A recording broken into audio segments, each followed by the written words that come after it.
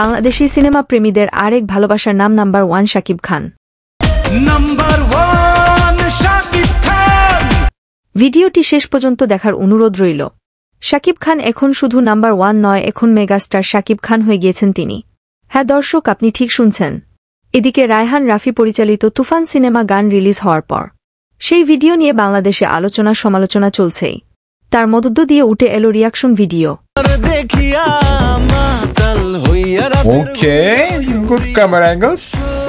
হ্যাঁ দর্শক, শাকিব খানের উড়াধুরা গানে ছোট বাচ্চা থেকে বুড়া কাকুরাও বাদ নেই রিয়াকশন করতে শাকিব খানের উড়াধুরা গানে।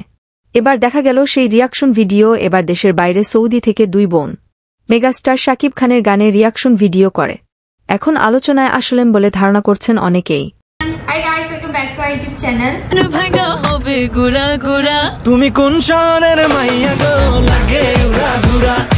একজন মারাত্মক মহা শাকিব ভক্ত গুগলে রিচার্জ করে দেখেছে, লাগে উড়াধুরা গানে প্রায় বাংলাদেশ সহ পার্শ্ববর্তী দেশ ইন্ডিয়া সহ সব মিলে এখন পর্যন্ত 23,921টি রিয়াকশন ভিডিও উড়াধুরা গানের ভিডিও ইউটিউবে আপলোড দেওয়া হয়েছে বলে ধারণা করা হচ্ছে। তোমার কাছে মন লাগে ফুরফুরা, দেখো তোমার জন্য পাগল জুয়ান থেকে বুড়া।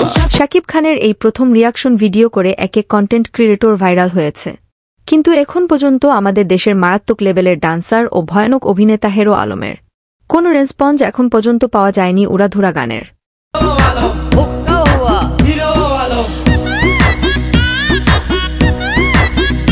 এই নিয়ে চিন্তিত অনেক শাকিব ভক্তরা, নেটিজেনরা অনেকেই ধারণা করছেন হয়তোবা হিরো আলমের মন খারাপ, তাই তিনি কোনো কিছু বলছেন না এই বিষয়ে। আর যদি হিরো আলম একবার কেঁপে উঠে তাহলে শাকিব খানের তুফান সিনেমার গান লাগে উড়াধুরার 12টা বাজিয়ে ছেড়ে দিবে বলে অনেকেই ধারণা করছেন। তো প্রিয় ভিউয়ার্স, এখন আপনারাই বলেন, উড়াধুরা গান নিয়ে কোনো কিছুই বের করছেন না কেন হিরো আলম?